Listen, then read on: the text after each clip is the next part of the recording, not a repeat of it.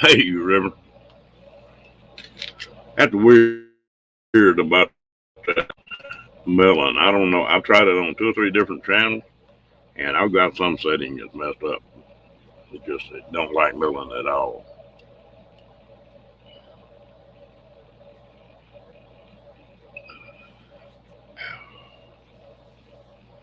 Linda Barker, how you doing, darling? Hello, Miss Diane.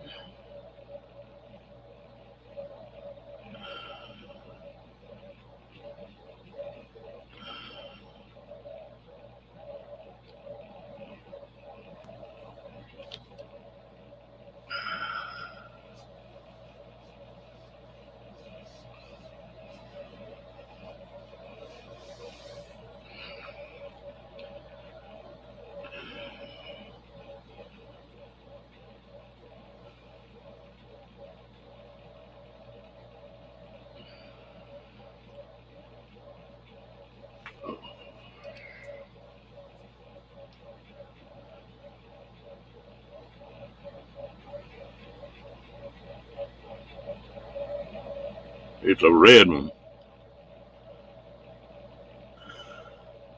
Ooh, I'm tired, Linda. I've been at rodeo today.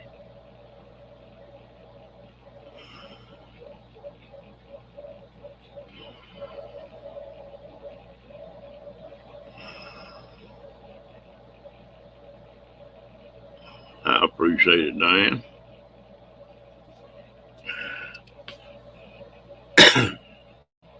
Tommy, I sort of went down through the same routine you're going down through, and what the Navy's got going for it is it's simple. The main thing, it doesn't weigh but 230 something pounds. Hello, fair does. And of course, the price is 1800. If you go to the CT or the Monkey, you're talking about right at 5,000 before they go to adding stuff on it. So you're talking about 5,500 at least. And they weigh more.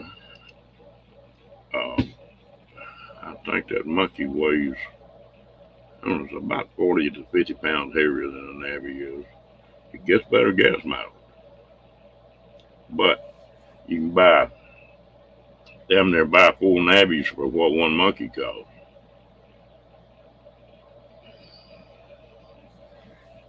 So it just sort of depends on what you want to go through. The Navy is supposed to be the lightest one. I thought the Monkey and the Grom are about the same, and the CT weight wise. Now the CT gets the best gas mileage.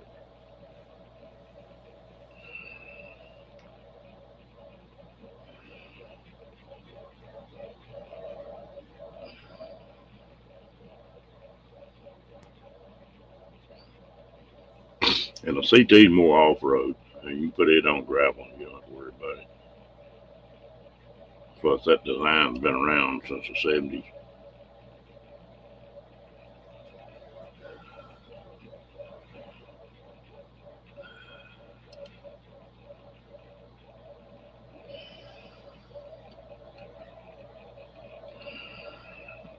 Any of y'all ever have to go to therapy on anything?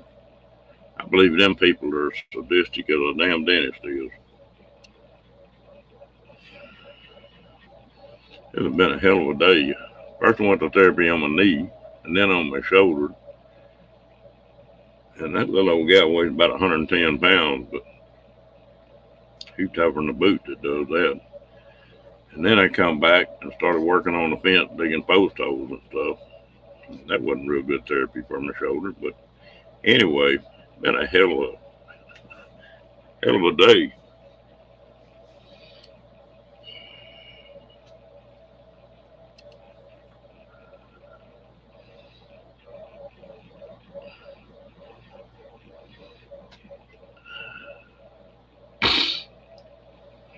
Hello, Ann J. Did you enjoy your trip, man? Yeah, some of it I do. I work that shoulder out pretty good. Oh, bang! I pulled that bow out today. Woo! Talking about therapy now on that shoulder.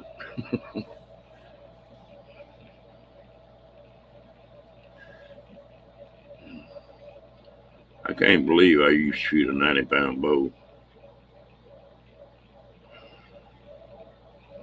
I don't know what for, but that used to be the deal a long time ago to get them pounds up.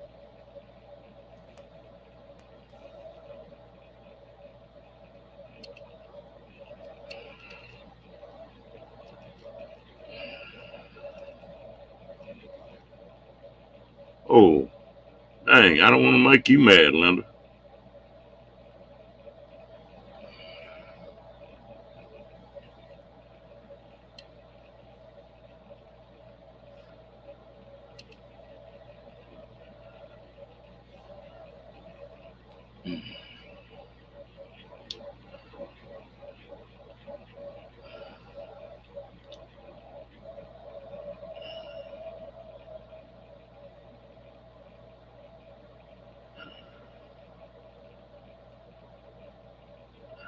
Oh, yeah, you can't tell me much about them bows, man.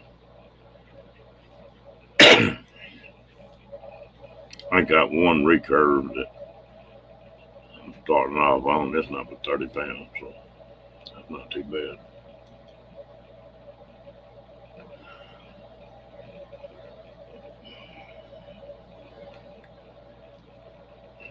Something about shooting them old bows I always enjoyed.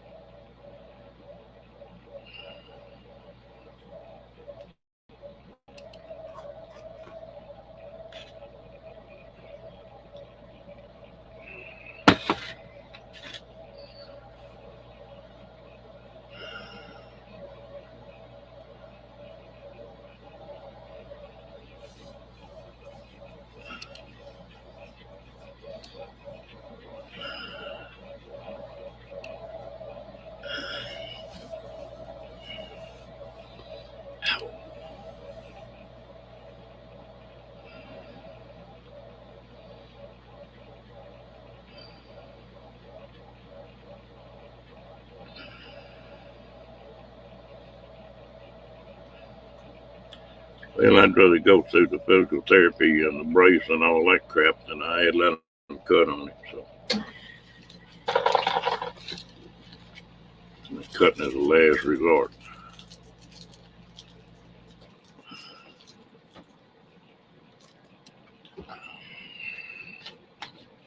Bet I'm gonna be sore tomorrow.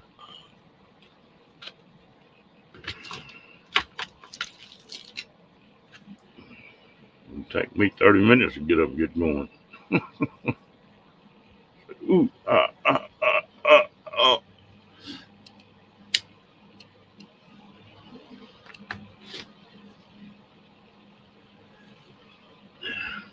Hey, Charles, how you doing, Scott?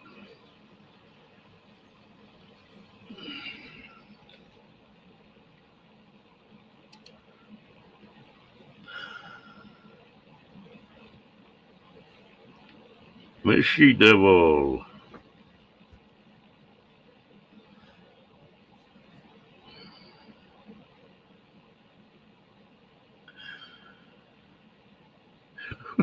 You like me, Scott. And whooping up on you again?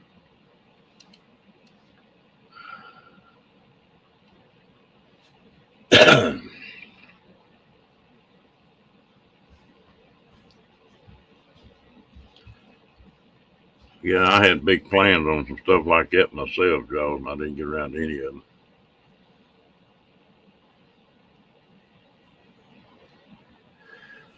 When I blew that thumb off, that was the funniest thing. I had this dude, therapist, and they put a new cast on that thing about twice a week. Oh, I'm doing good, Lillian. How you doing, girl?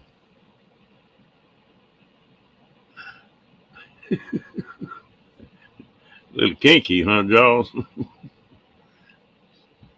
But they had them pins through that thumb and stuff, and he said, touch your thumb to your little finger. And so I started putting pressure and getting on down on it. He said, whoa, you fixing to bend them damn pins? So I didn't think you could do it. I said, well, you told me to. But then another time, it's funny how my little pea brain works. They, I was in there and I got a pretty high pain tolerance. They were working on a thumb building a new cast. And they bumped the ends of them pins and thumb it. And for some reason, it lit me up that day. This was about a month in. And in a minute, he did it again. I caught his hand. I said, whoa, we're going to rest a minute. He started working on it again. I said, that's it. And the cast wasn't fit. And so I said, I'm going outside and smoke a cigarette. I'll be back in a few minutes. He said, what? I said, I'll be back in a few minutes. He said, no, we got to get through this. I said, look, you don't understand. You hurt me one more time and I'm going to knock you out of that damn chair. And I know it. And I need to go outside for a minute. And so I went outside, smoked a cigarette, settled down, went back in there and threw my hand down and said, okay, go ahead. He said, I ain't never seen nobody do that. Had them just walk out. But you get a certain pain tolerance and then you're going to make something happen.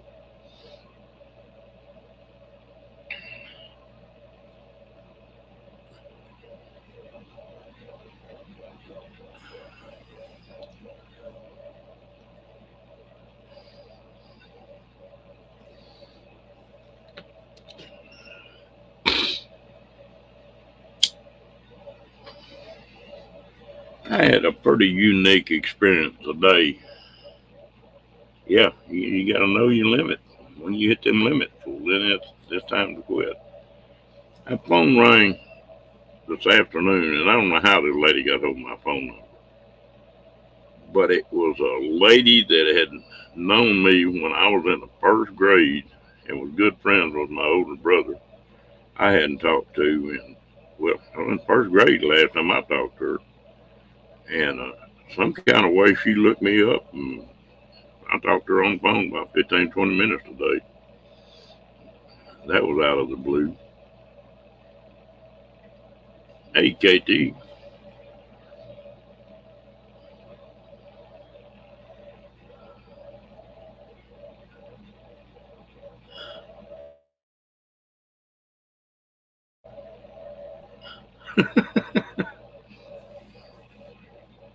Yeah, I guess they know what they're doing. Yeah, it was. And she told me who it was, and I'm like, who is this? Um, she told me and it still didn't register, and then she went talking about my brother, and, you know. But the last time I saw her, I just got out of the first grade, and we moved away from there then.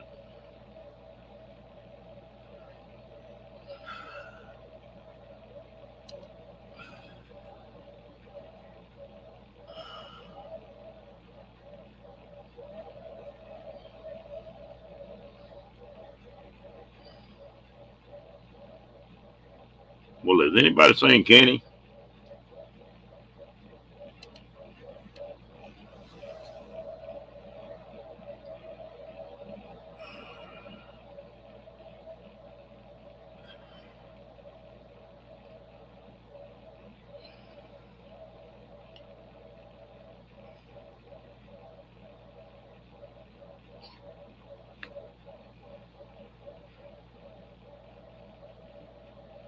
Oh, I like that fella.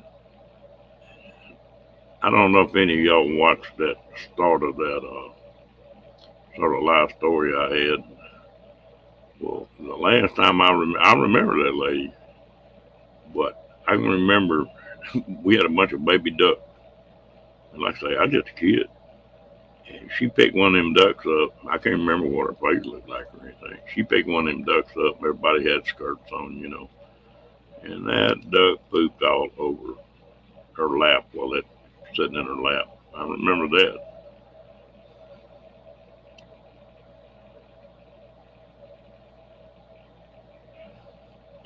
Yeah, I hope he's feeling all right.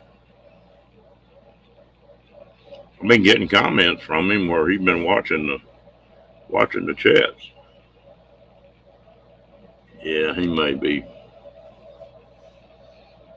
And he may be having to adjust his diet a little bit, sort of get used to things again.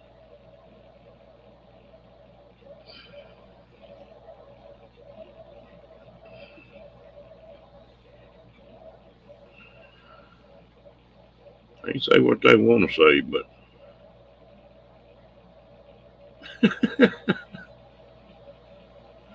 you too late. Hello, Carl. Hey, Timmy Ray.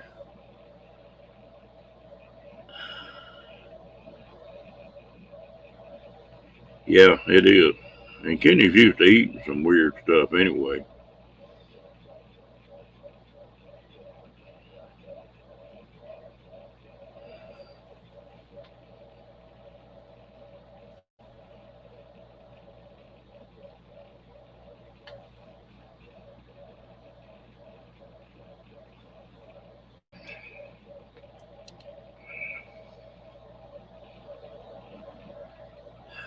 Carl, your crew doing all right?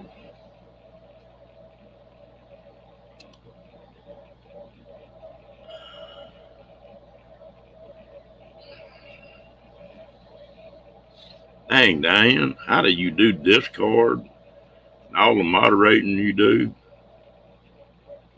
You stay busy, lady. Woo.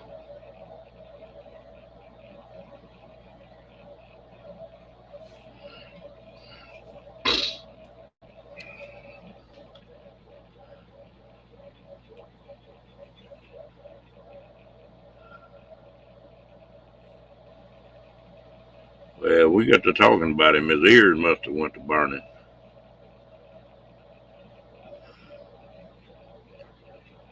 Well, that's a good deal, Timmy Ray. Ooh, ouch. I hope she's doing all right now, Carl.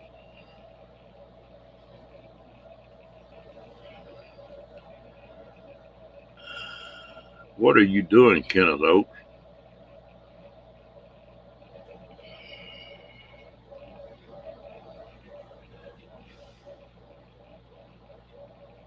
Maybe Kenny done got to be such a big YouTube star that he don't want to come on with those little folks.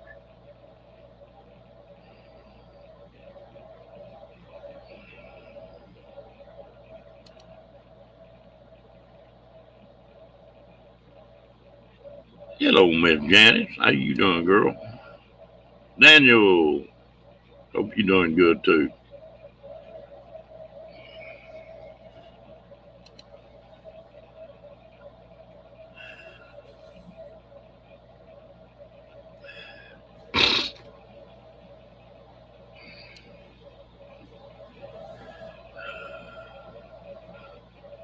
Linda, appreciate you coming in, girl. You want to come up? We talked about you coming up the other night.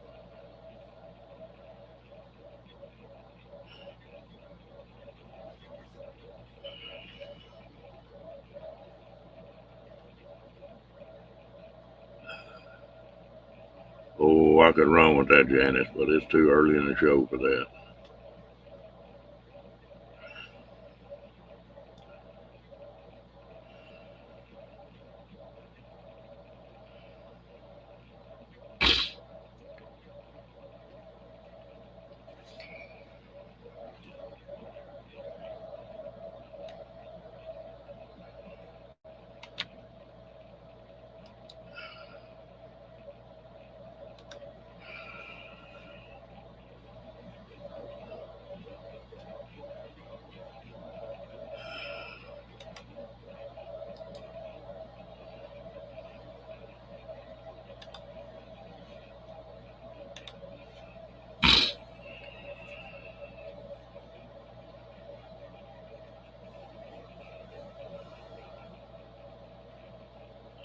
He's hiding in the background.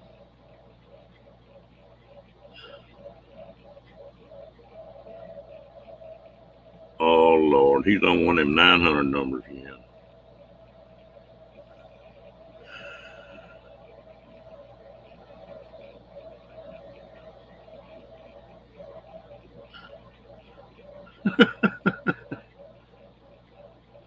Putting these ladies to sleep on YouTube again.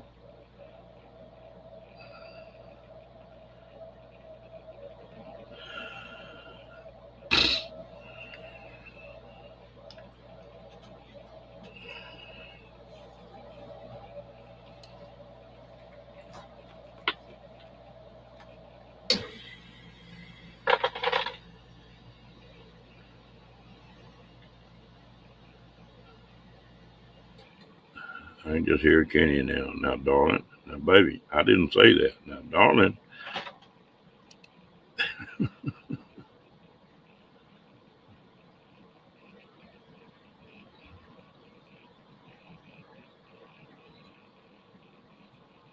As long as you don't carry too far, Timmy Ray.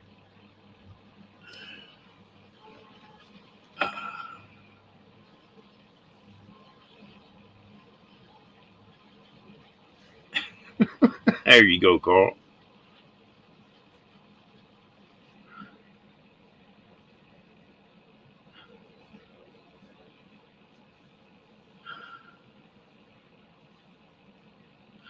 Yeah, come on.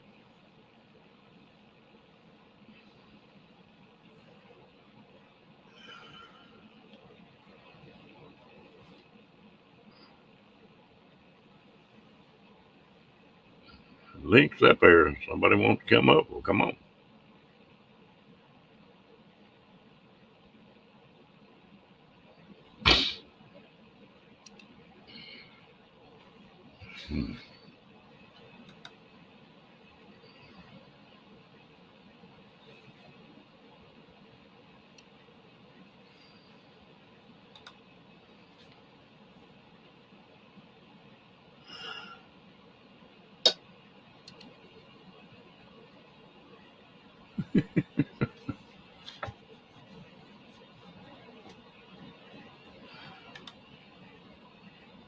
There we go. Hello, Scott.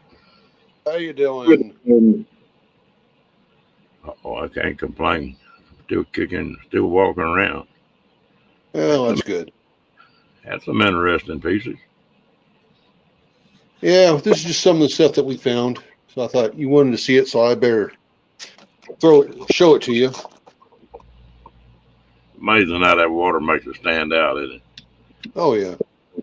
Plus, it's covered in mud and dirt and everything else right now. We haven't cleaned anything up. That's neat. So, this is at Ann's favorite little rock hounding spot that she had no idea we were going to go to until we turned down the road to go check it out. And yeah, we got about 100 pounds of pretty good material. Wow. But you can see how dirty it was. Yeah. Well, you saw some of that? Will you slab it? Yeah, some of these here I can slab if Ann will let me. She's got claim to almost all this stuff. And before I cut into any of it, I will make sure I have her permission or blessing. Smart man. I have plenty of other stuff around here to cut into that. If she says no on something, well, fine. She's probably sitting in the house right now, kind of smirking at me right now. Not Ann. I can't see Ann doing that. But I'm also working on a petrified wood project for a buddy of mine. Wow. This is totally different. And he's been trying to get a polish on it. It looks like there's a little bit of a polish. He's been struggling with it. So I put a few minutes worth of work onto the other side here. And as you can tell, I got a pretty good shine going on it. Yeah. So Ann and I are going to go meet up with this buddy of mine, and we may be able to get some more of this stuff tomorrow. Wow. We're going to do it in an estate. Scott? Yeah. Well, is there any places that you do the rocks around close to where you live? We have what's called the Willamette River, and that's about 20 miles from us. And inside there, in the river, we can pick up all kinds of material to include, let me see, I think I got one river piece around here. This is a small one. This is just a little small tumbler piece that will come out of there.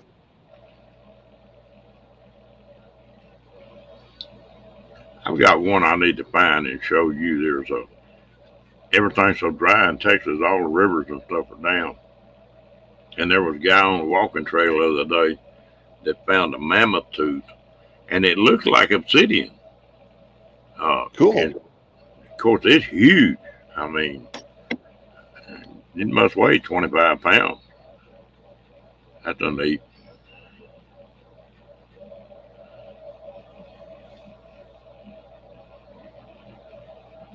So this is a unique piece that we found. I think Ann actually found this piece, and it's just incredible.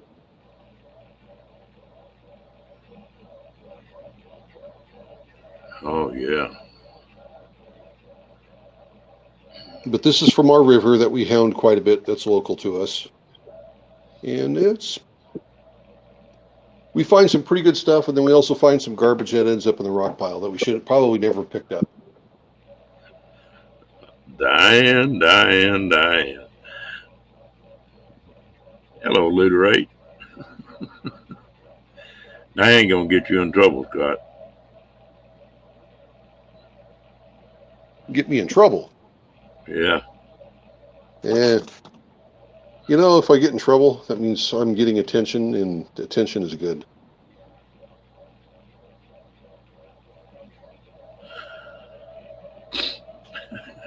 So, yeah, I just wanted to pop in here tonight and show you what's going with a little bit of what we found. I'll have more stuff organized later on this weekend or next week someday. Pick that bottom piece up and spray it again, Scott. This one here? Yeah. I like that. That's a little different. Yeah, it is. Here's the other side. I'll hit the other side up and clean it up a little bit. Wow. I like that piece of rock. Yeah. It's got, you can definitely see the growth rings in it. You don't see that often. On this particular flavor of wood, we do actually, because it's redwood. It's petrified redwood. Huh. I've had it verified through 3 different sources that, and then there was also a news article of a lady back in the 1930s that had some, and it ended up in a park in Bend, Oregon. Well, and it was talked about the general location where she picked it up, and it's the same spot where we were picking this stuff up. So. Well, hello, somewhere up a creek. I hope you're doing all right, and hope the hubby is. Hope he's doing better. Good night, Timmy Ray. Now that is some neat finds there. Yeah, different colors in it. This one here is more of gray rather than having some of the reds or browns in it.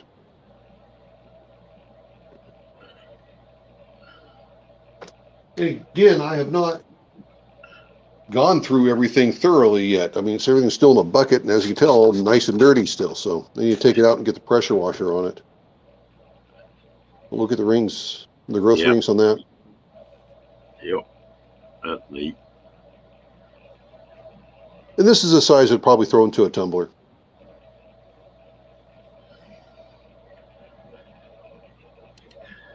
Daniel, that's something I want to do. That's one thing I've never done. I want to do some of that gold panning.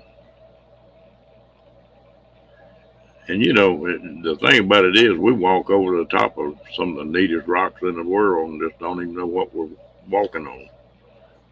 Well, we kind of thought that way when we were on the Yellowstone River. We were sure that we were walking across things that we're not used to seeing, that the locals up there would pick up.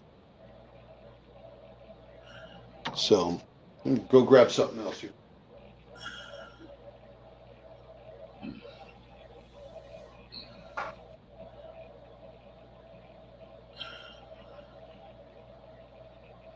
too. Yeah, well, this one here I'm bringing up. Let me move this stuff out of the way. This is one that we purchased from the Idaho Rock Shop, Gooding, Idaho. The owner is Tony Funk. Fantastic gentleman. Took us out to his property where he has probably 40 to 50 ton of material sitting out there. Yes, 40 to 50 ton. Wow. And I got this guy. Oh, yeah. Now I'm going to hit it with water. That jumps out at you, doesn't it? Arizona petrified wood. And this I will never do anything with other than clean it up. I might even up some of the edges on this where there's a bad cut up here. You can see the reflection. But yeah, but it tells you how big it is. Wow. And I got big hands. That is really neat. Have you ever been down to quartzite to that rock No. Joe? Have you would just go crazy. I don't know if I could go there because I'd probably come home and just immediately file bankruptcy.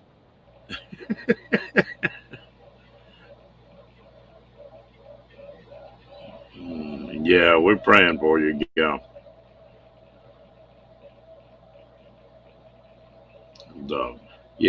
I'll tell you what, I'm not into rock like you are, but they got building on top of building on top of building set up that they're permanent. And then, of course, they got the people that come in just set the smaller booths up. Lord, you can find anything you want. Well, the guy that we bought this from has a booth down there every year. He also takes his 48-inch drag saw and he cuts some absolutely huge material with that thing in his booth. And petrified wood, where he got this stuff from, this entire or bunch of this batch is going to be down there in Arizona this next year with him. He's going to be selling a lot of it down there. So we kind of got a pre-sale from him. Wow. Yeah. But I just wanted to show the stuff to you this evening.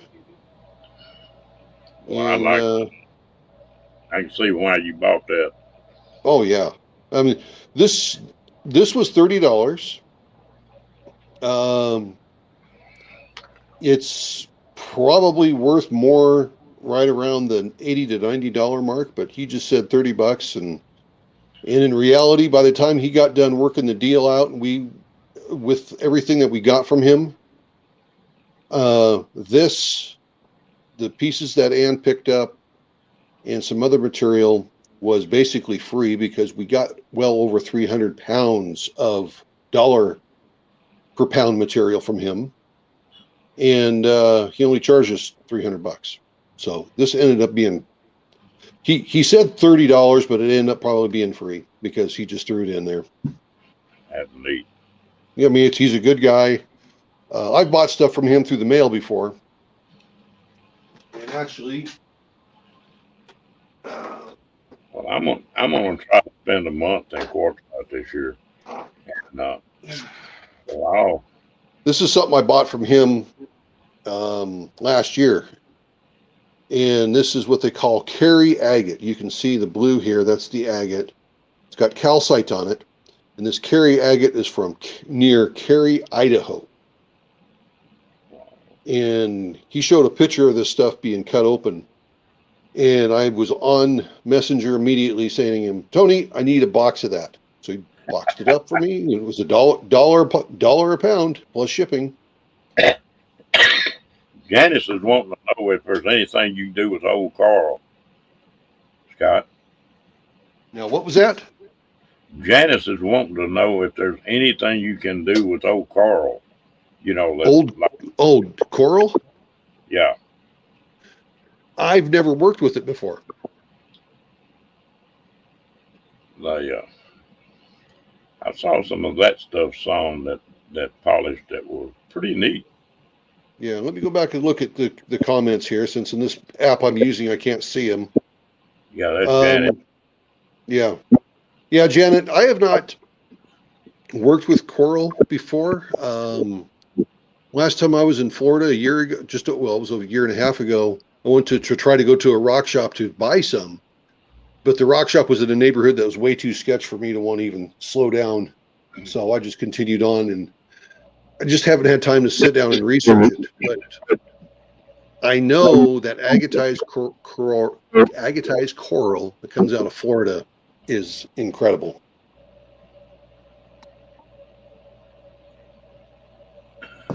There's the little bit of diving I've done. I was always amazed at the coral or the colors it would be as long as it was submerged. But the minute you took it out of the water, well, it changed color. You get light colored then. And I guess it's a living organism, so I guess it dies when you take it out of the water. Oh yeah, I like that. This is the banding that's on agate. This is some of the material I bought from Tony Funk, and what I'll do is I'm going to cut this bad side off. This will get thrown in the tumbler. Then I'll get some slabs that should be able to show this banding quite well. Mm-hmm.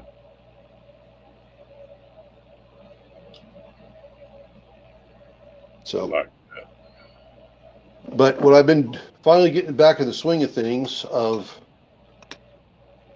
making my cabochons. So I've got them cut to size and attached to the sticks, and I'm going to start working them on the machine tomorrow. well, you just epoxy that on there. This is what's called Dop Wax. And there's what we have is called a dop pot that heats up the wax. That's the wax that I get in a rough form. And this is the pot that is used to heat it up. It's hard right now because it's cold, but this gets heated up. You just work the stick in there. You have the stones sitting here on the edge to heat them up. And then you just press them on, turn them back over, press the wax onto the stone, get it so it's somewhat flush and level, so when you spin it, it stays good. And to take it off, you throw it in the freezer, and it pops right off. That's neat. Never seen that. Yep, it's called Dop, D-O-P, Dop Wax. Well, have you done any work on your big saw? Nope, I haven't hardly touched it because we've been gone. And when the week I got it, we were preparing to leave. And then the week that, see, there's what I make those cabochons on. But the week that we got it, we were gone. And then we were gone for 2 weeks. And I got to get some finished material made. And then here soon, I'll sit down and pop this thing open and get a vacuum in there and clean it out and start figuring out what's going on with the hydraulic pump. And got to get this frame here reinforced because the caster is leaning one direction and it wants to roll to the left all the time. The angle iron's not strong enough for as much weight that's on it. I wish I was closer. I could help you do a lot of that kind of stuff. Yeah. It's a matter of, on that, I just got to go to the steel shop and go buy some heavier gauge angle iron. And just tack weld it on there and drill new holes for those casters. Yeah. And somewhere up a creek, and please come back in here if you need somebody to talk to, or you welcome here anytime, day or night, girl. We got our fingers crossed for you, praying for you. Excuse me for butting in there. She was picking to get off here.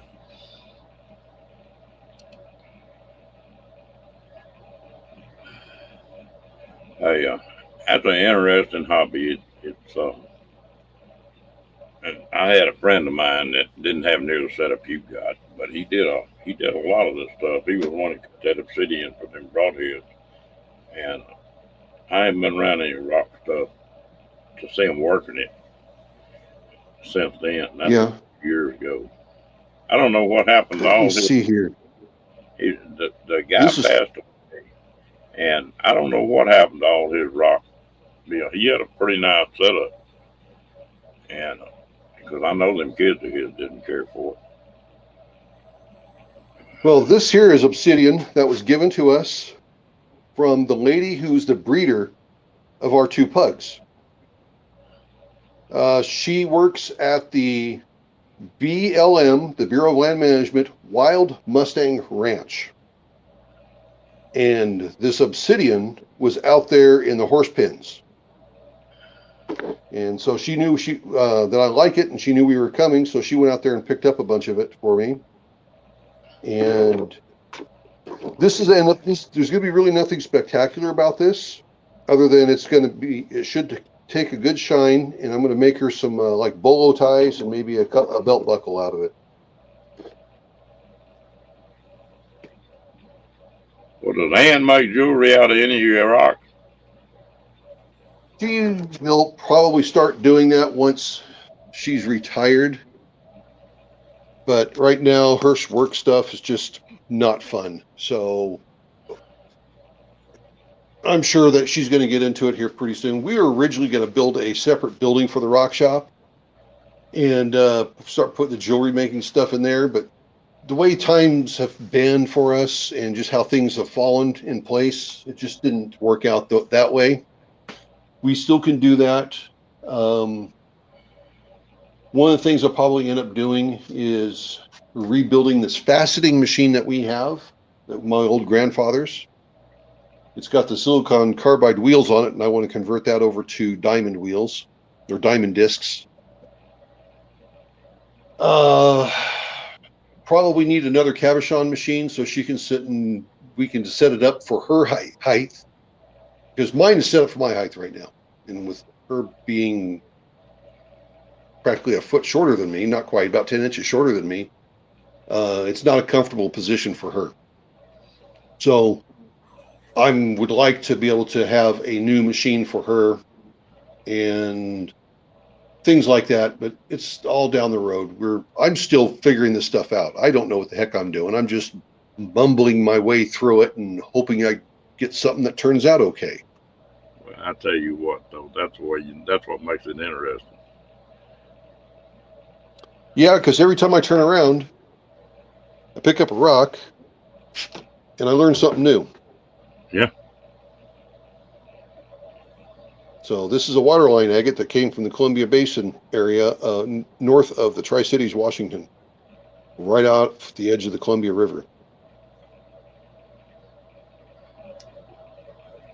And I'm working on material I've never messed with before. This is lapis. I got a special project I'm working on this for, which I can't name the person here, but I've got a special project I'm working on. This problem is with this, it breaks easily, and I was not expecting it to break when I was starting to do some work on it. So kind of set me back a little bit trying to figure out what I need to do with it. But these small pieces, I'm going to make them into small ovals and send them to my sister, who's a silversmith, and she'll set them in rings. My sister did that. I used to tease her. I ran a steel fab shop, welding shop for years and years. And the last few years, when she could still do it, she got off into silver and gold and welding that stuff. I teased her about.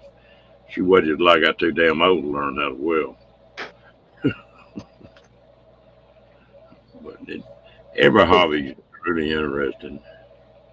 It is, and what I like about this rock stuff is that every piece is beautiful in its own right. And like with this one here, if I cut it, I have no idea what I'm going to make out of it. I'll cut it and I'll start figuring something out, and something will happen. Oh yeah, and it's like a baby growing up. It goes from a rough looking rock to something special. So that's what's neat about it too, because I wish I would have the end cut for this one here, because you look at that doesn't look like anything special. But when it was cut open, it's really turned into be something pretty special. Yeah. So, I wonder if you could make a knife handle out of any of those rocks. Are they oh soft yeah, enough?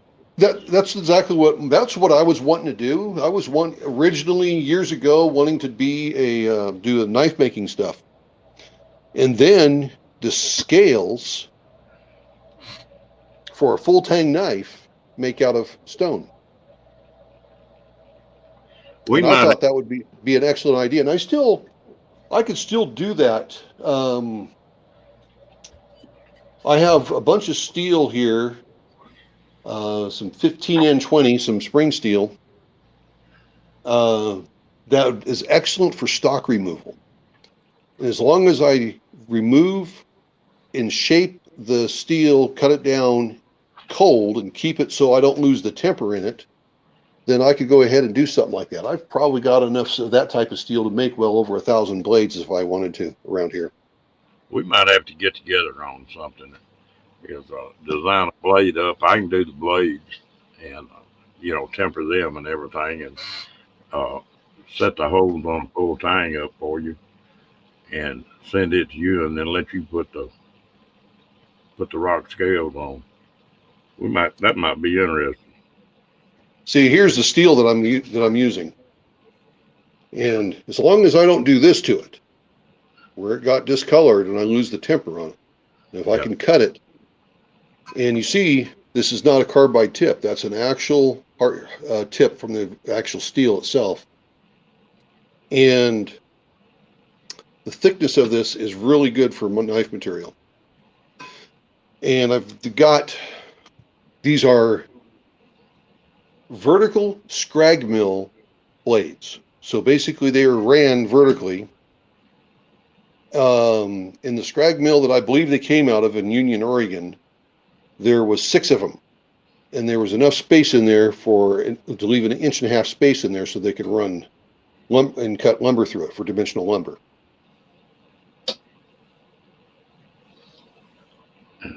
I built a deal for. We got a company here that'll go in and people have mesquites growing up on their place, and they'll cut that mesquite. But then I built them some big gang saws that they could come down on a log and cut like 8 or 10 pieces at a time, and Right. they're making mesquite for to cook with, the cubes out of it. And there's some of those got blades similar to that. You can just replace one blade instead of having to replace the whole deal. Right. Because Well, that, this saw blade here that this came off of, like I said, it's 46 inches long. And as you can tell, this has been cut on. And the research that I did on it is that it was off of we bought the steel out of a metal recycle place. And there was a one mill in Union, Oregon that would have that type of saw that those blades would work on. And you'd have to have a sawyer who knew exactly what they were doing to resharpen these teeth. yeah. I used to have a blacksmith that worked for me. He was an old style blacksmith. I mean, he knew his business. He'd sit down and set them saw teeth. He could make saws cut better than he cut the wood when it was brand new. He was an artist. Well, do you temper? Have you got into tempering stuff like those knife blades? Well, this steel here is already tempered. That's why I've got to work it cold. Well, but that's what So, I mean. I mean, you can like my knife blades. It's damn 10. I don't forgot the numbers on it, but anyway, I don't even worry about it getting hot, and I'll shape everything, and I take that thing and heat it red hot, and then let it cool. And take the temper. That's as soft as it'll get. But then when I get through with the blade, I'll go back and usually I temper in oil, but I'll go back right, and set up and just temper the blade part. I'll leave the right, back part of the knife soft to where it'll bend. It won't want to break, but I'll right. leave temper the bottom part of the blade where it's hard and it'll hold an edge, and that seems to work real well. Yeah. And What I did is I worked a deal out with my neighbor, He's 22 years old, younger guy. And so I worked a deal out where he's got my old forge and my anvil and a couple of other things. Because if I'm going to be focusing in on these rocks, I'm not going to have time to want to sit down and do any blacksmith, metalsmithing type work. And this guy is young enough that he wants to learn a new craft. So we worked a deal out where he gets this, and down the road when I need some help, like with tractor work or a bunch of other stuff, that we'll just work it out then. So he got himself like I said, a single burner, custom made forge, the tongs to go with it, the burner, a tank. He also got a 100-pound Vulcan anvil, which is a city anvil. It's a quiet one. It's got a good rebound, but it's just quiet. And it gave him everything he needs basically to get himself started, other than a hammer and a belt grinder. Well, And he's already been up there messing with the forge and building himself some brackets to hang up some stuff up on the wall. So he's already using it. We had that old blacksmith working for us. And so we set him a forge up on natural gas. He used that. He used that thing for maybe a week. And he said, "Get that thing out of here." So I can't. He was an old coal man, and we'd buy coal out of Arkansas for him. I had everything in that shop. I shouldn't have sold it. I had a little giant trip hammer. I still got the anvil. I got a 506-pound anvil. Had the forges, had the regular grinders, had the belt sanders. I had a full blacksmith shop, and I've got his tongs that I kept, and he started off with 3/4 inch square, and beat the tongs out, tapered the handles, and put all the ends on them and everything. He, like I say, he was an artist.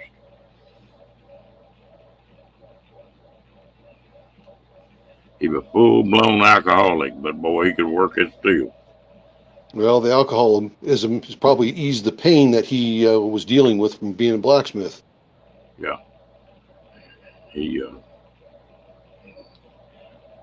got mad at me one day. We bought that we had about a 200-pound anvil. I found that 500-pound. I bought it, and I brought it in there and took a big truck wheel and set brackets on it and set that anvil on that truck wheel. Oh, he didn't like that now. He wanted a big tree trunk sawn in and for that anvil to talk to him when he was working on it. Yeah. And I was trying to quiet it down for him, and he didn't go for that at all. He wanted to hear that anvil ring. Good blacksmith likes to hear their anvil sing at him. Mm-hmm. Pretty neat. But yeah, it doesn't matter how far I go from my shop. In my shop, I've got all kinds of material to work with. Well, can you drill a hole in obsidian? Yeah. I have to be careful with it because I will shatter it if I'm not too careful. Then you're gonna have to get together and build something together. I can see that already. Yeah. That might be something different. Yeah. Yeah, a good joint collaboration on stuff. All I'm doing is I'm just out here messing around most of the time, just trying to learn more. So when I actually sit down and get serious about making more of these and anything else that I want to, then we can get things knocked out and learn stuff. But camera's not picking up the crystallization that's in this side over here that well. Well, that's pretty. I like washing it out some. That'd make a nice pendant. Oh, it's going to. Yep. And what's neat about that? That's nature's way of doing things. We don't have nothing to do with it. We're just showing it off. All I'm doing is finding out what the good Lord has presented to us. Now, this one here might be sold already. You can't tell, but it's actually, this lighting in here doesn't show it. It shows it as a blue-green, but it's actually a really nice deep green jasper. And I have a customer who's bought some material from me before that has asked for a green pendant. So, and she wanted a simple shape. So I thought, okay, I found the piece and made sure I do this in here quickly.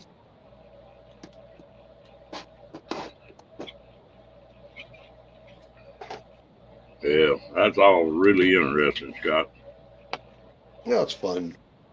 I know not everybody it's their thing, but for those few people actually who understand it and can appreciate it, it's fascinating. Well, I love to take things that are natural and build something out of it. Yeah. I've made probably 10 Native American bows or copies of them, and just where you take a piece of wood and get started, and it's pretty interesting. This here is a whitey Jasper, and I was starting to work it, and it broke on me. So I will reevaluate what I'm going to do with it because it's way too nice not to do anything with. They call this like a picture Jasper.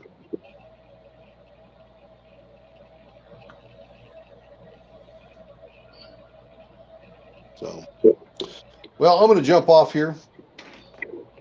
I just wanted to show you some of the cool petrified wood that we got. Well, I appreciate you coming up, Scott. We'll do it again. Oh yeah, I'll get more of our stuff that we got cleaned up, and I'll bug you and say, hey, throw a link up so I can show you some more of our material here that we got around here. So thanks for everybody here in the comments for putting up with me. Like I said, I know rock stuff is not everybody's thing, but for those who like it, they can appreciate it. So thanks for putting up with me invading Ron's live stream tonight. Well, we appreciate you coming up, man. So, man, I don't know how to do that.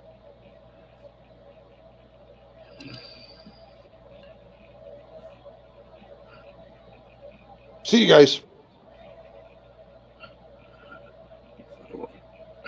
Well, I sure appreciate you coming up, Scott. That's interesting to me. I'm sure it is to a lot of these people in here. Well,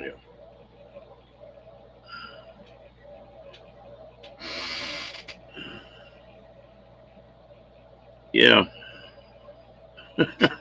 I'll have to figure out how to do that. I'm a dummy on running these computers. I get up here and run my mouth pretty good, but the computer is a different story.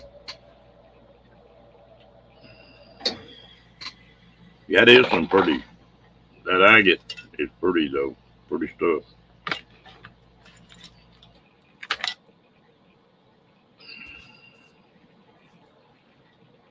That's the only trouble. I've got so many projects going that and stuff I want to do.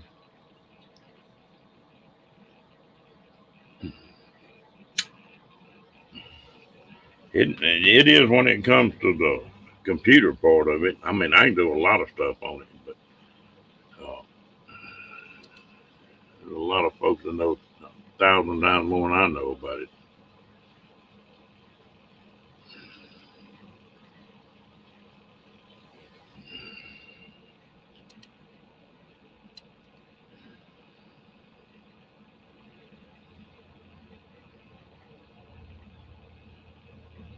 Yeah, I'll play with it when I get out of this live screen. I'll screw it up where I can't get back in here.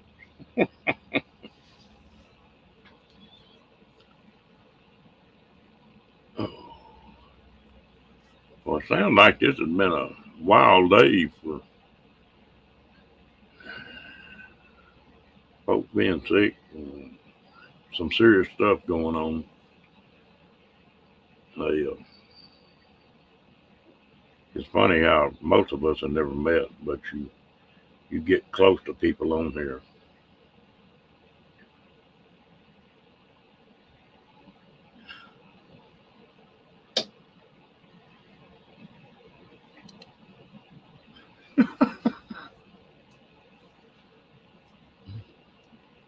don't want you getting a big head, Diane. I tell you, that's one thing neat about Scott and Ann is they both enjoy that. That makes it neat. One person's geared up on it, and the other one's not. That don't work too good.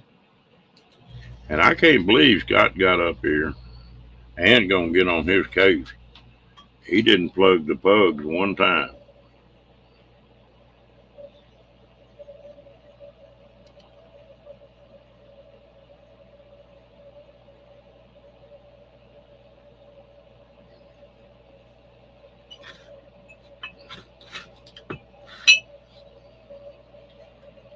He's a cute little feller.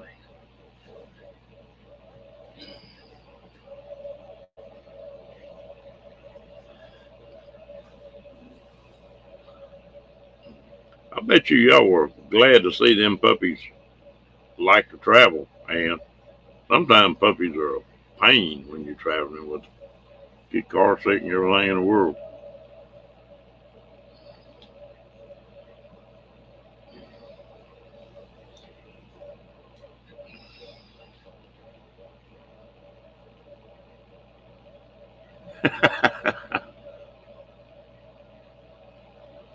I'll have to check that out. I haven't been on the computer much the last few days. I've been busy.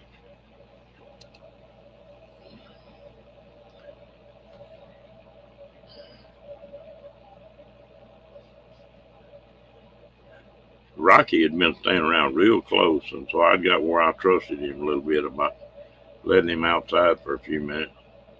And this morning, I put him outside, let him get a little fresh air. It's nice out there.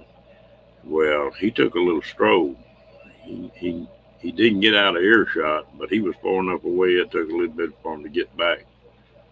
So that's why I was digging post holes today, putting that fence back on. I got all over his case. He's still mad.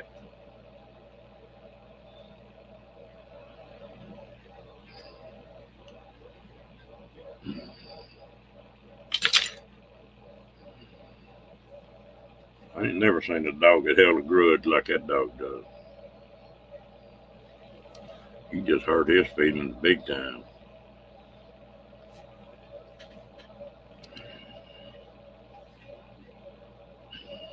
That's part of something else I'm working on. I've got that one Rebel motorcycles, and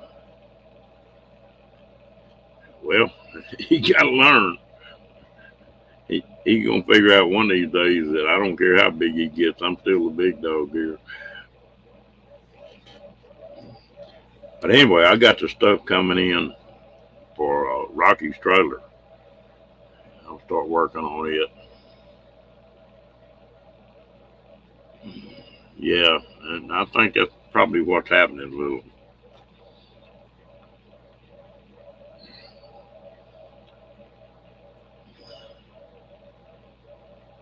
Yeah. Well, I get this little trailer rigged up for him, and I can pull behind that motorcycle, and he's gonna start going with me everywhere.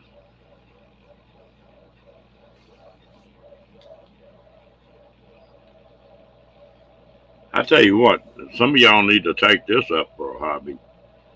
I checked to see about getting we were talking about that paint job. I got 3 bids on that paint job on my Harley with the sidecar on it. The cheapest one was $4,200, on up to 8,000.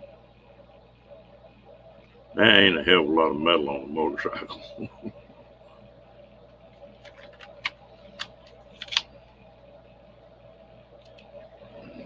Looks like I'm gonna have to break the paint gun back out and do it myself.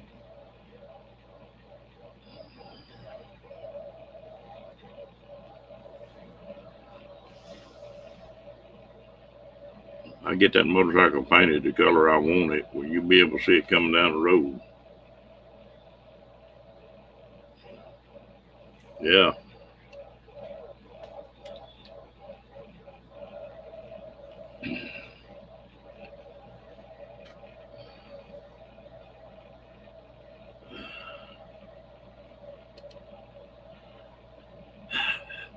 I'm gearing up for that, Scott. I bought a cab over camper from my pickup, and both my smaller bikes I'm gonna be rigged up uh, to where I can haul my motorcycle on the back of that cab over, and so that's probably what I'll be coming to Oregon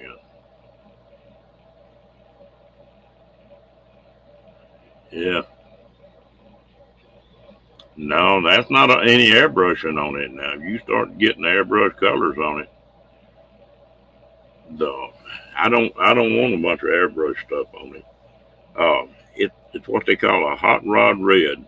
It's a real bright red, and it's got gold and silver metal flake both in it. Big metal flake. Ooh, it's awesome. You start putting airbrushing with it like that buddy of mine had on his custom bike. Ooh.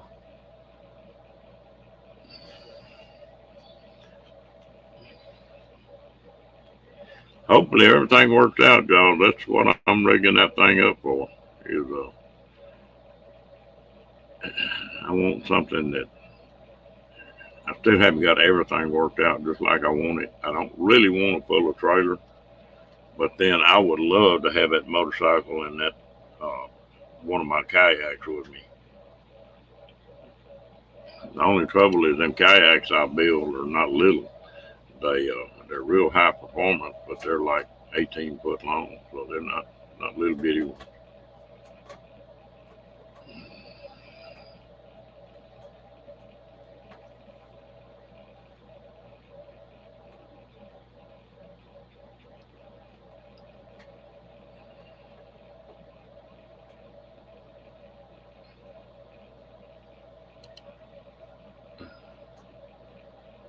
I don't eat much, Janice, and I'm housebroke, or pretty well housebroke anyway.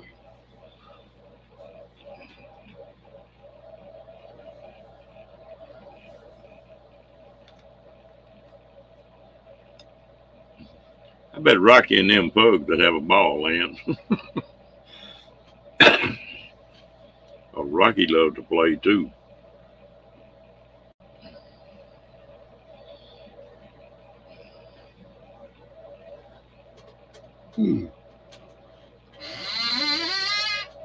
Excuse me.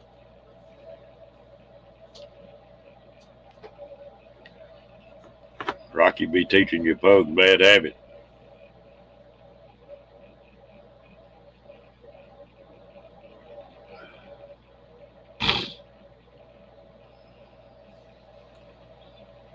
I've been up to Oregon in a long time. Yeah.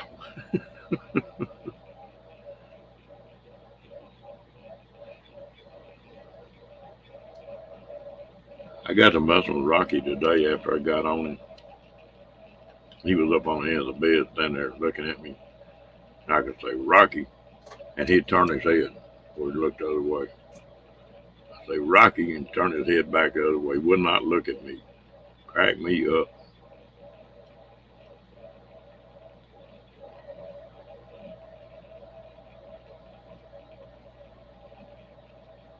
Yeah, there's a lot of them. Now, Diane, be nice. I don't have any bad habits.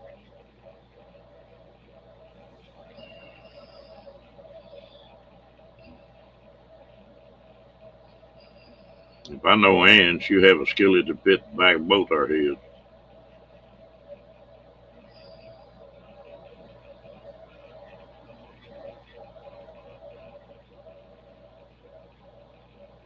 Me and Scott are angels. Halo just get a little crooked every once in a while. But I done figured out me and Scott both got enough sense to say yes, darling, and no, darling.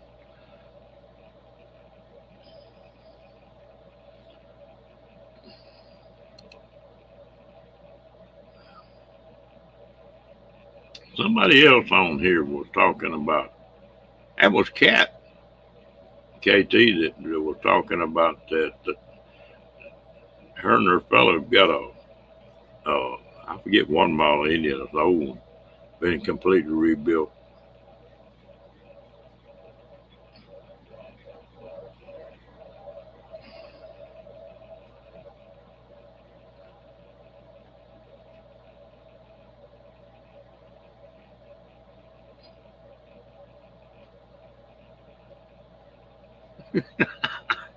See, he coming right along, man.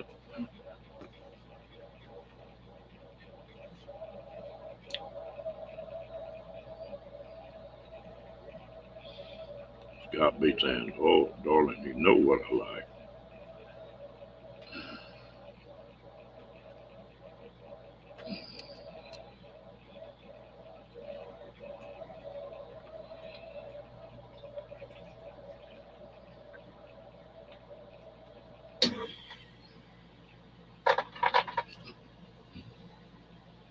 The hard part, Jaws, it's not hard to learn how to say yes, dear, and no, dear, and yes, darling, and no, darling. It's just hard to teach them to say that. Ooh, I'm ducking now.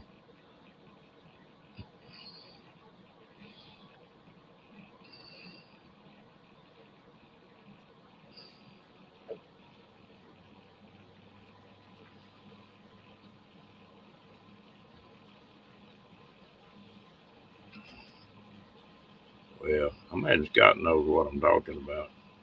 If you say yes, darling, you'd be saying, yeah, darling, you remember 5 years ago when you said such and such and such and such? Yeah, they got a memory like an elephant. And I did not say that Andre looked like an elephant. I said she got a memory like an elephant. We can get a crack here.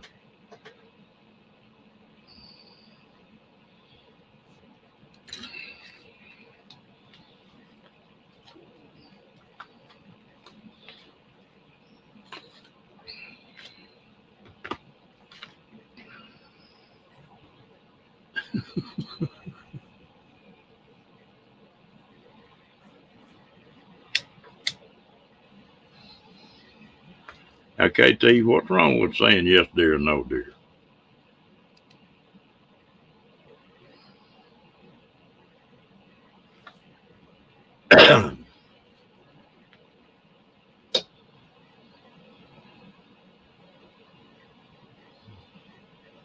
Well, not always, Diane.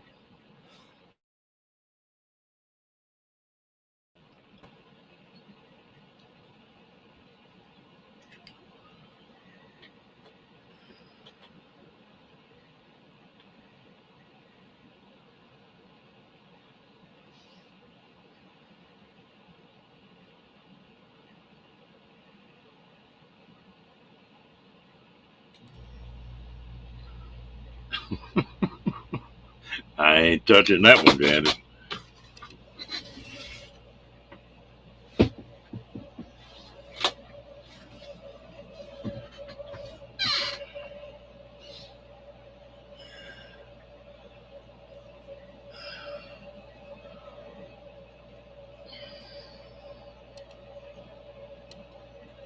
Yeah, sometimes I'm glad they can't reach to his computer.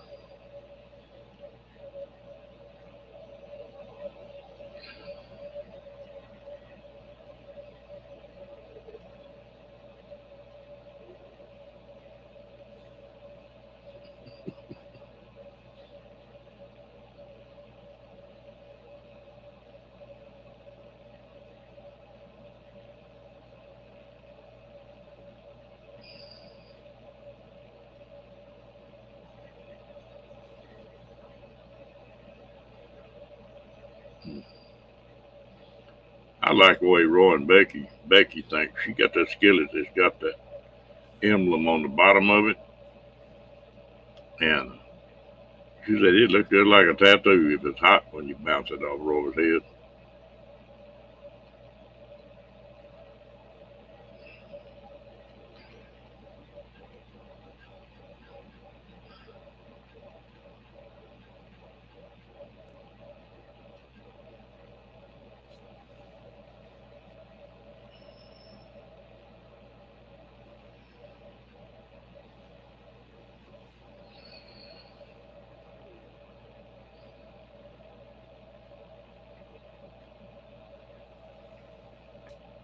We're giving Ann all kind of ideas.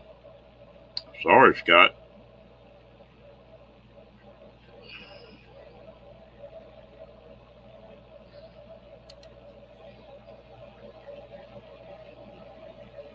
Yeah, I know it. And I have seen what a hot skillet can do up beside somebody's head. It will take the hair off.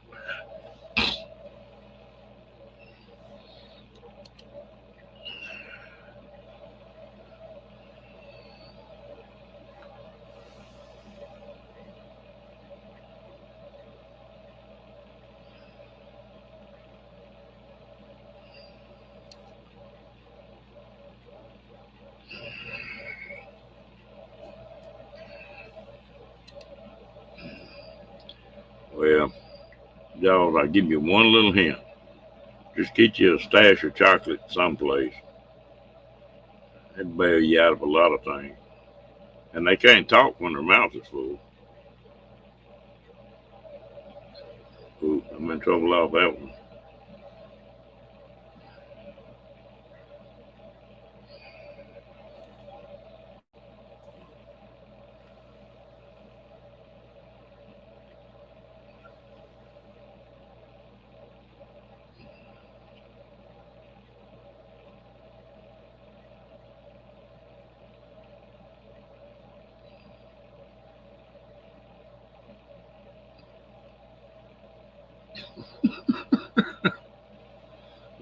Them chat went to jumping.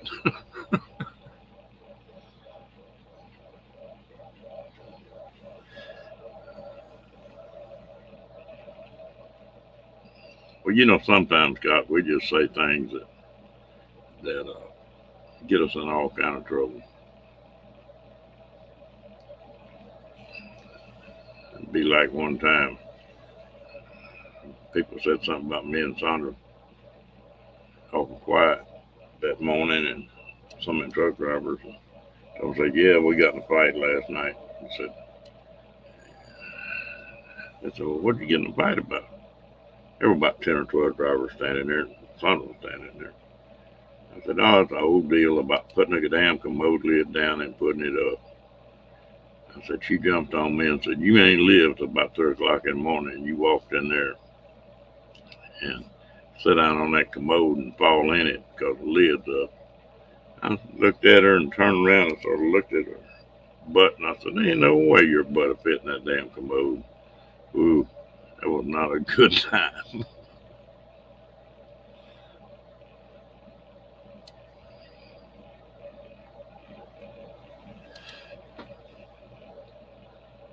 So yes, dear, wouldn't straighten that conversation up.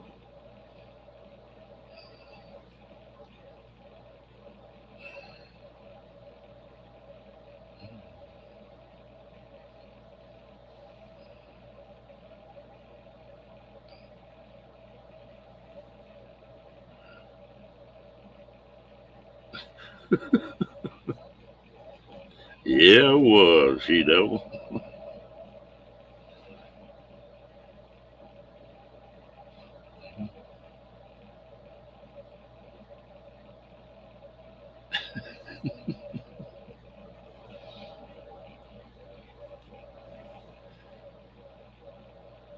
Well, I tell you what, them 10 or 12 drivers that were standing there when I said that cleared out, they were waiting for the fireworks.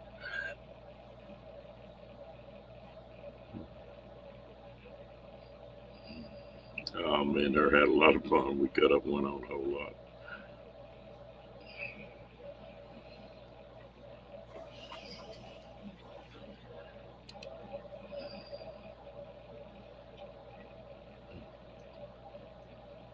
When we were running it, delivering them RVs, she was a real artistic type person.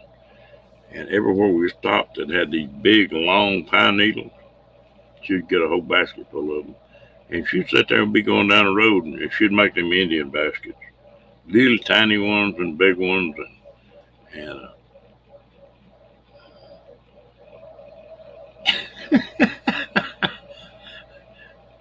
put dream catchers in the bottom of them. She gave them things. Well, she'd make one and she'd give it to somebody.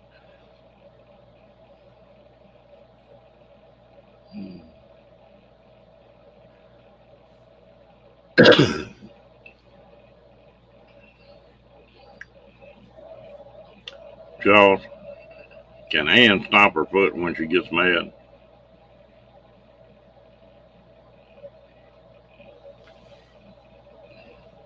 notice that most women don't have a real high arch. That's from stomping their foot when they get mad at us.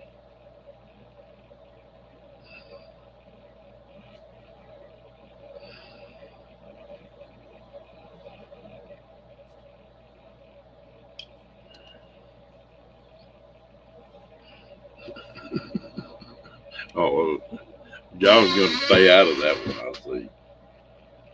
Come on, John.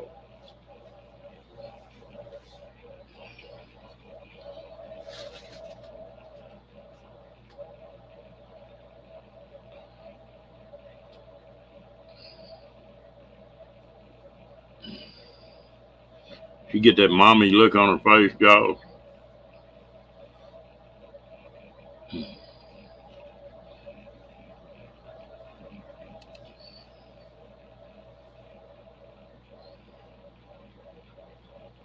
Yeah, that mommy look.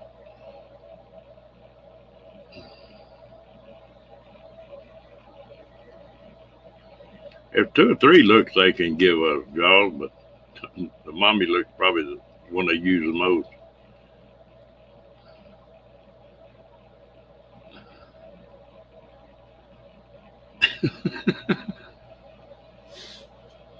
KT, I know what you're talking about. There's not but 2 brands of boots that I can wear because my arch is so high.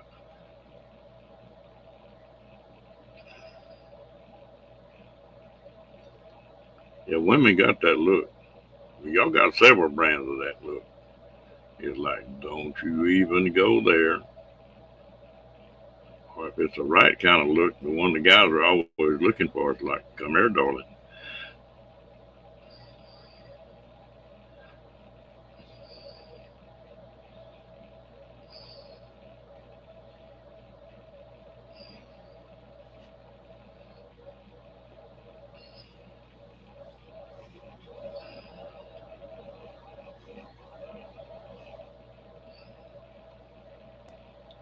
Fair Dusty, y'all get in front of a mirror and practice that look.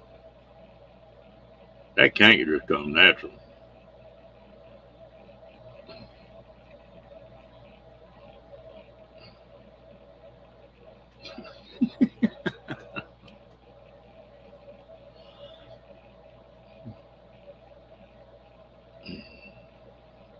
Yeah, if I got graded for being politically correct, I'd be kicked out of school.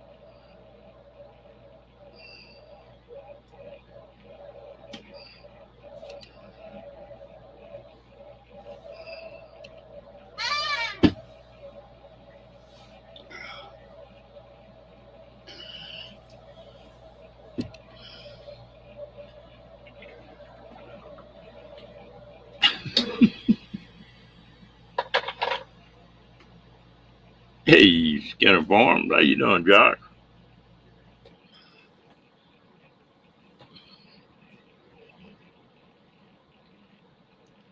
Oh, there's a cure for that, KT. You get you some Scotch tape, and every time your eyebrow starts going up, just put a piece of tape on it, and then run like hell.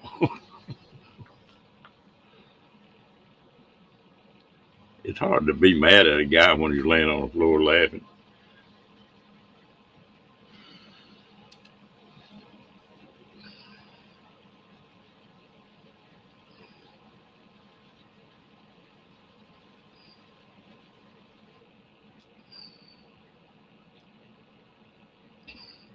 Better watch it in here tonight, Josh. These women are passing that look around.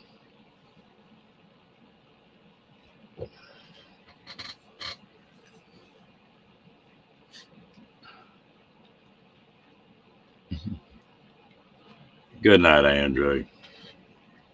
Appreciate you letting us borrow Jaws tonight.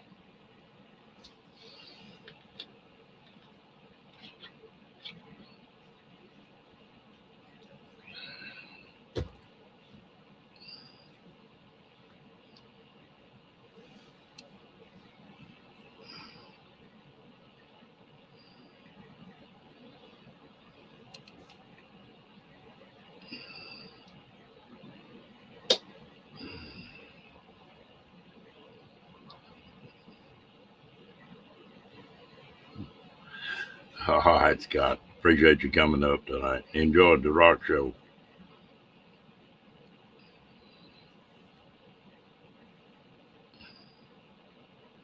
Josh, what you been up to?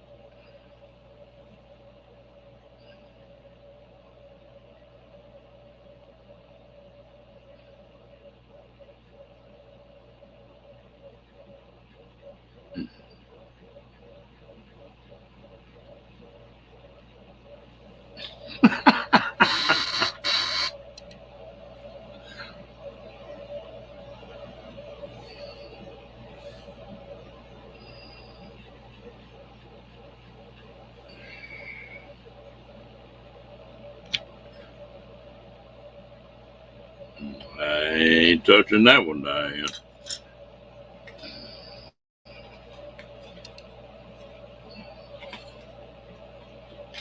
You better watch these ladies in here tonight, Josh.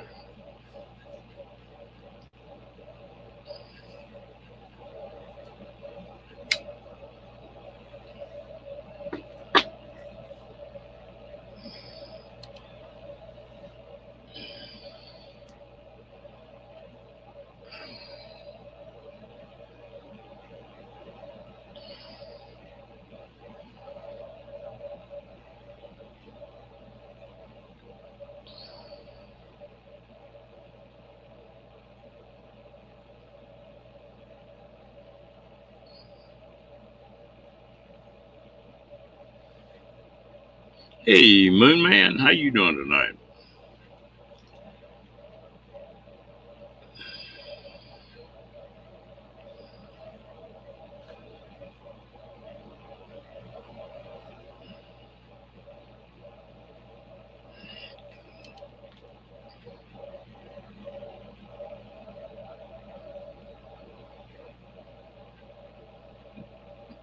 Oh, we just trying to stay out of trouble, not having much luck at it.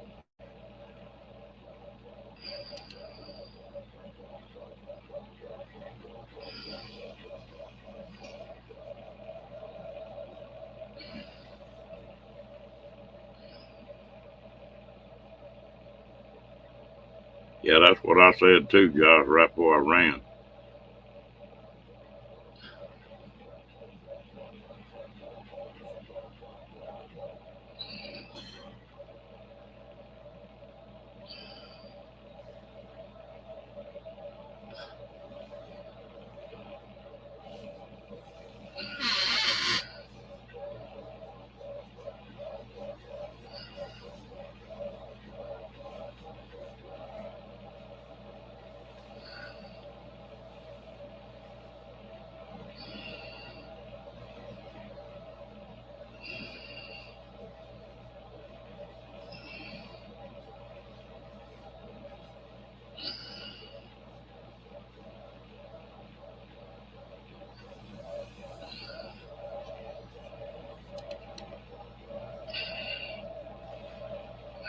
That can get you in trouble too.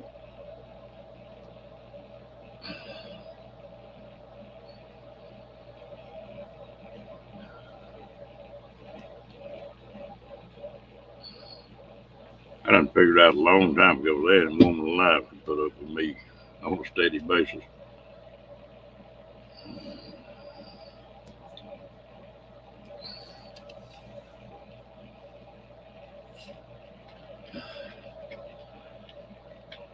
Well, me and them doctors at the VA, they sort of sidetracked me on that for the last 3 or 4 days, Janet.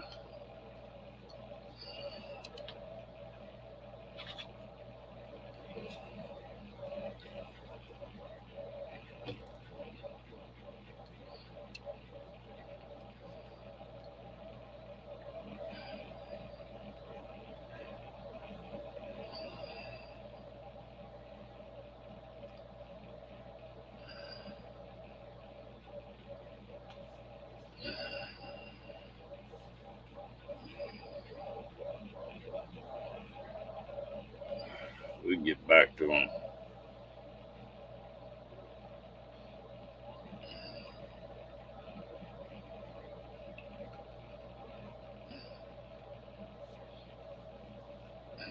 They won't all be funny. Some of them not funny.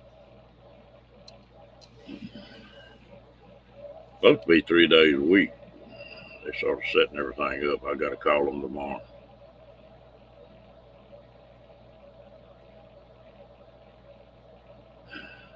It's sort of funny. I couldn't get much done on that knee. They kept putting it off. And finally, I filed a complaint with it. It's amazing how much more that squeaky wheel draws attention.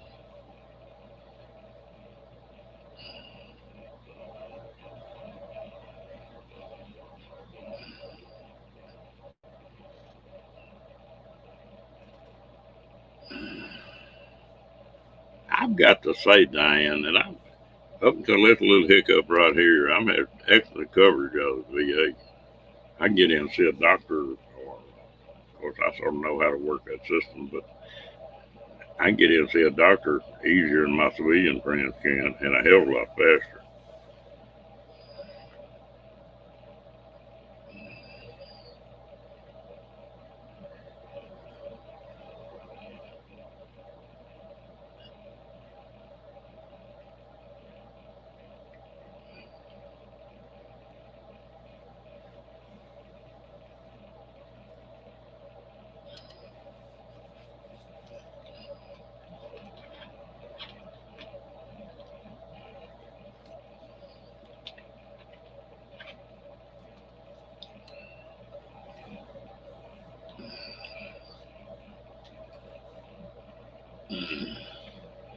Well, folks, we've been here an hour and a half.